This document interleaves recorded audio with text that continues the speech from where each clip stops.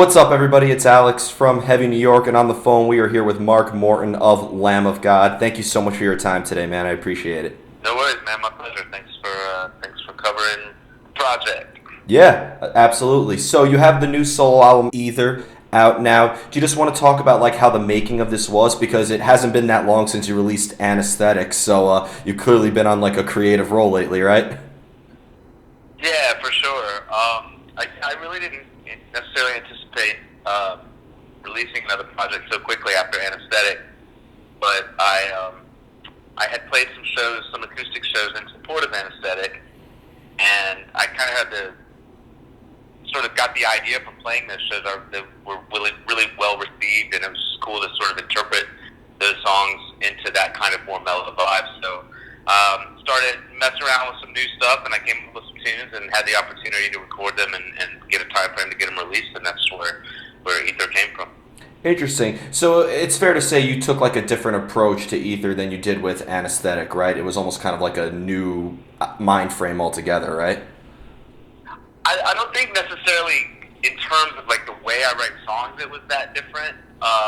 I mean, it was different because it's primarily acoustic, but I've always played acoustic guitar really, and that wasn't a stretch for me.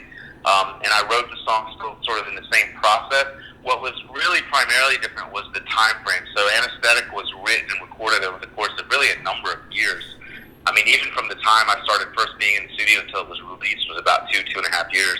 And I had been writing for, I don't even know how long before that, just kind of compiling material. Everything on Ether, I mean, obviously not the covers, but all the originals are new material written specifically for the project. And that all kind of came together in a matter of really like 2 or 3 months. So, by contrast, Anesthetic had a really long gestation period, and Ether was really quick, almost spontaneous. Yeah. You know what's funny is I was calling Anesthetic, I actually had a nickname for it. I was calling it Morton United because it had like that Roadrunner United effect to it with all the different guests. And I called Ether Mark Morton Lies, kind of like having the GNR Lies sort of effect to it. So it almost seems... Yeah. So I think it's fair to say Ether was like a very organic process, right? Well, I mean, I don't know exactly what you mean by that. I mean, in the sense that it was, I think it was just fast. It was really the songs were written with all the original songs were written on the acoustic guitar, basically sitting in my kitchen with my phone, making little voice memos of the song ideas. And I was texting Howard every other day with a new piece of music for us to work on the song that wound up becoming "Love My Enemy." And in that sense, it was really collaborative, and like I said, mainly really kind of in the moment. There wasn't a lot of time spent writing. There was writing really or rewriting. It was the songs came together very naturally and very quick, and I'm really given that really stoked with how it came out. I don't know that I'd changed much, so it was kind of proof to myself that sometimes you can work really quickly and have to commit right away, and if you trust your artistry and you're onto some good stuff, then it's going to be good stuff. Yeah. When it came to collaborating with other artists, especially, on the previous solo album, did you maybe like have to adjust your guitar playing 1 minute to fit Chuck Billy and then the next minute to fit Elisa, or like did they kind of like adjust their voices into what you bring to the table? Yeah, I understand the question. I think really it was sort of retrofitted, I guess, because I would kind of write the song and let the song be what it was instrumentally, and then the singers were picked based on what the song was, the vibe of the song. I think we just did a really good job of picking singers for those songs because people really got the feeling that we wrote specifically for those artists. And that's not what happened. It was just I would have like the Miles Kennedy song, for example. That instrumental was done. I just really heard Miles Kennedy singing on that, and when he did, it fit perfectly. You know what I mean? So I didn't write it for him. I didn't write Jacoby's song for him. I think Josh and I just did a really good job at picking singers to fit the music we were making. Definitely, and I almost feel like it. Like, do you think that maybe because I thought that both of these solo albums are very, very experimental in terms of the songwriting. Do you think that this will allow you to bring some newer stuff into Lamb of God, or are you trying to maybe keep these separate entities in a way? Honestly, I think it's probably the opposite, because I think there have been times in the past. Like, let me rephrase this. So this isn't like some new wave for me to be writing rock songs and acoustic songs and blues music. I've been doing that all along. I'm just more known for the metal stuff because that's obviously I'm in Lamb of God, which is a big profile band, right? So, but I've always been doing this kind of stuff at home or in the background and writing. I've done some writing for other artists, kind of behind the scenes. So that's always been happening. So it's not like a new endeavor for me in terms of the creative process. What's new about it is that it's being released and recorded. With regards to how it fits with Lamb, I think there have been times in the past in writing songs for Lamb where I've maybe been a little overambitious in terms of trying to put some of that rock vibe or that bluesy style or a little too melodic on parts, to try and sort of force that into the context of Lamb of God. Sometimes it's worked, and it's been a good sort of push, been a catalyst to get out of our comfort zone.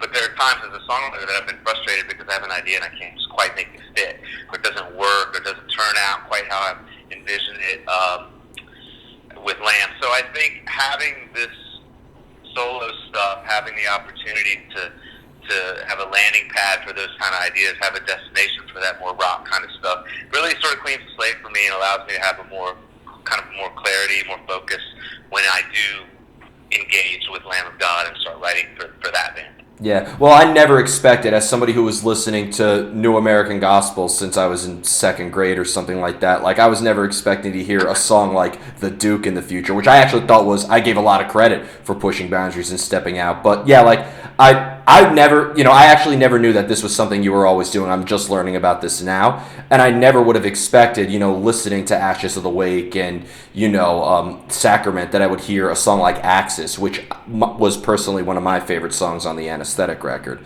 So I really think that it's almost kind of like two sides of you in a way, maybe.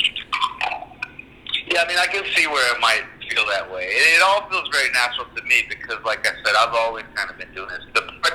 The part, honestly, for me that's really been kind of a learning curve is getting used to, it's my name on the banner, it's my name on the marquee, it's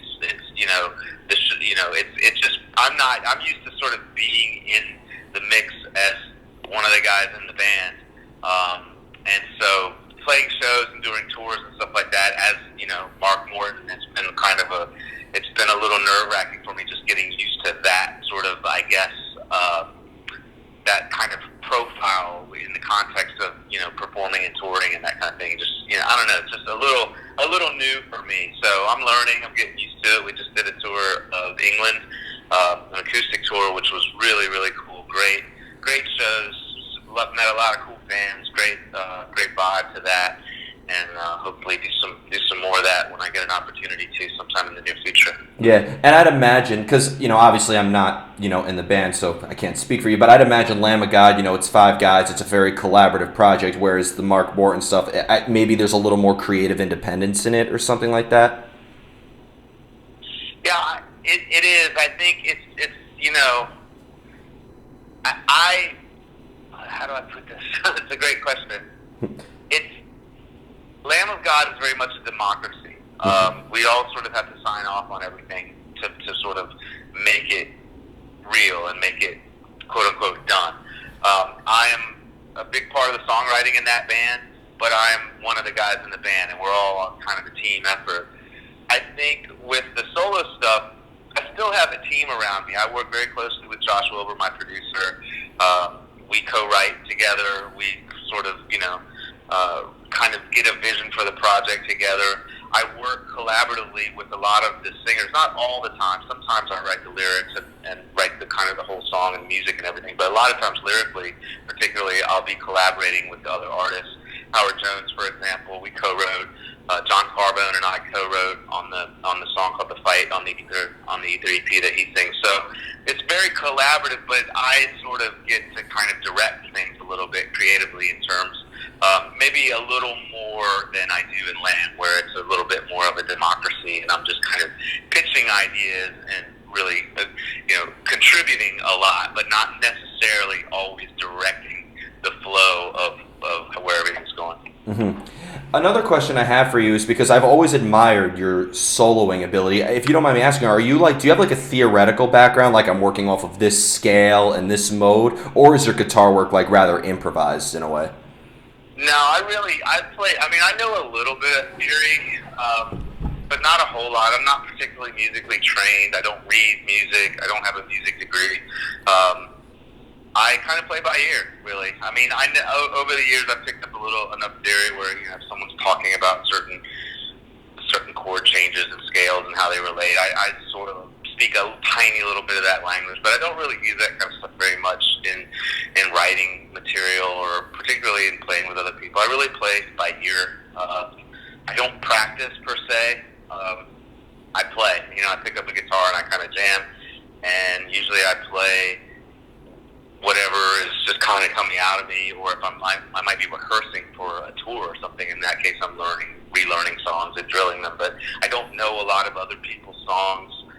I just kind of play, man. I just kind of jam. Yeah, I guess that's good, because if you revolve stuff around a preconceived idea too much, it can honestly, I can only see the end result sort of being disappointing, right? I don't know. I think everyone's got their own thing. Everyone's got their own relationship with the instrument. I mean, there are great players, guys I know that can tell you, every scale position, every mode they switched in, what the relative minor is to that major and vice versa and all that stuff. And they're great players, and that's how they map out what they're doing, and that's what they do. I think it's really, man, it's like any kind of art. There are super technical painters, and then there are dudes that just kind of slap paint on the canvas till something looks cool, and that doesn't mean either of them are any better or worse than that. They're just different. Yeah. And I'm just real loose with it, man. I just kind of play by feel and play by ear, and it is what it is. Yeah, I've always said that an artist's style is obviously develops their own identity, but their process, I think, also helps them develop that identity as well. Yeah, I think that's fair to say. Yeah, and I have two more questions for you, if that's okay. As somebody who has seen you perform live, I actually saw you on the tour you did, last spring with Light the Torch, a really fun time. And I also, saw you play with Lamb of God numerous times. Is there a different energy into playing live in front of an audience versus when you're in songwriting mode? Or is there a similar energy, or is it a completely separate art altogether? It's totally separate for me, really. In fact, I've heard people try to compare studio work to playing live, and I've heard these ideas that you shouldn't do anything in the studio that you can't do live, or a band should sound live like they do on the record, and I don't really agree with any of that. To me, they're such separate things. Honestly, when I was 14 years old, dreaming of being in a big band, being a rock star, or whatever you want to call it, my vision of that was I was in the studio making albums. It never really occurred to me that I'd be on airplanes and in hotels and playing big shows every night and that kind of thing. I wanted to make music, That's still my favorite part, because I feel like when you're in the studio, the possibilities are endless. I can try every different amp in there and every different setting on that amp, and if I screw up, I can try it again. If I have an idea, we can track it, and if it doesn't work, we'll just wipe it out. If it does work, we'll double it, and use it. You know what I mean? So that whole process to me is the ultimate in freedom, because I have all these tools at my disposal, and I guess the pressure's on in the sense that it's expensive to be in the studio, but outside of that, I can do whatever I want in there and do it until it's right, and you can kind of create this whole world sonically. And sometimes the hardest part is to know when to stop. Yeah. So that to me is really where that's my a happy place, I guess you would say. Live is a different thing. I mean, I've over the years had different relationships. It's not that I don't like playing live. It's just such a different thing. To me, it's a different kind of energy altogether. And it's a relationship between the crowd and the band. You can have the band can be great and the crowd can suck, and that's not a good show. Yeah. The crowd can be awesome and the band can have a bad night, and that's not a good show. When the band and the audience are both kind of, there's a dialogue, there's an energy back and forth between them, when there's a relationship happening there, that's when the show's magical. And that happens, man. And when it does, that's why people talk about, like, these big outdoor festival shows. It's hard to get a vibe there because it's really hard to build a dialogue, a dynamic between 50,000 people standing out in a field and you on a stage, 30 yards away from the first row of people and the wind blowing. Like, it's hard to make that connection. When you're in a place, like the old Roseland or Hammerstein or Gramercy even, like, you know what I mean? And you've got this, you're breathing the same air and you're making eye contact with people. That's when the band and the audience start connecting and building a relationship in that moment. And that's when the shows are killer. It's funny you mention that because I seen Lamb of God I saw you at the Gramercy for your solo stuff. I saw you at Roseland and Hammerstein with Lamb of God, and I just recently saw you at Sonic Temple last year. And I thought Sonic Temple was a phenomenal show, but it was a different vibe, like completely. Like, it was so weird. First of all, it was weird just watching guys play while it was still light outside. But like, and then you have this outdoor thing with the wind still blowing, and like, you're absolutely right. Like, the venue is also like plays a role into how the performance is executed.